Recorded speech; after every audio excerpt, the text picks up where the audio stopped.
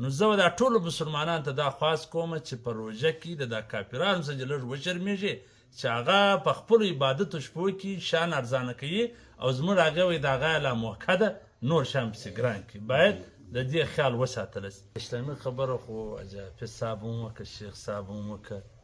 چې زه هم وکړم هسې به تکرار راشي زه به یو بله دی خبره وکړم چې زموږ په مجلس کې نه وسوله هغه دا چې زموږ پر دنیا که نظر واچوو په ټوله دنیا کې چې د هر چا یو مذهبي تهوار راځي یا د عبادت شپې راځي هغه په دغه شپو کې خصوصي ټوله شان ارزانه لیکن زموږ د مسلمانانو چې یا روژه راځي یا بله داسې د عبادت شپې راځي دوی شان ګران کړي وړم در هغه پخوا ګران کړي غوړي هم ګران کړي نور چې کوم د ضروریاتو شیان دي هغه هم ګران کړي او بیا خلکو ته جماعتونه ورکوي یا خیراتونه کوي یا صدقې کوي نو زه به دا ټولو مسلمانانو ته دا وایم چې د دا ټولو شانو که چیرې دوی د خپل شان ارزانه کړي چې پخوا یې 10 روپۍ پر ګټلې په روژه کې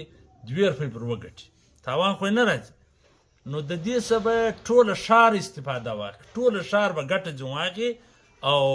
د مسلمانانو به هغه او په حدیث شریف کې راځي وایي باید مسلمانان په روژه کې بوج سپک کړي نو خو دا هم یو بوج سپکېدل دي چې ته د 100 روپو شی په 80 روپۍ ورکړې نو زه به دا ټولو مسلمانانو ته دا خواست کوم چې په روژه کې د دا کافرانو څخه لږ وشرمېږي چې هغه په خپلو عبادتو شپو کې شان ارزانه کوي او زموږ هغه وایي د هغه لا موقع ده نور شیان پسې ګران کړي باید د دې خیال وساتلی شي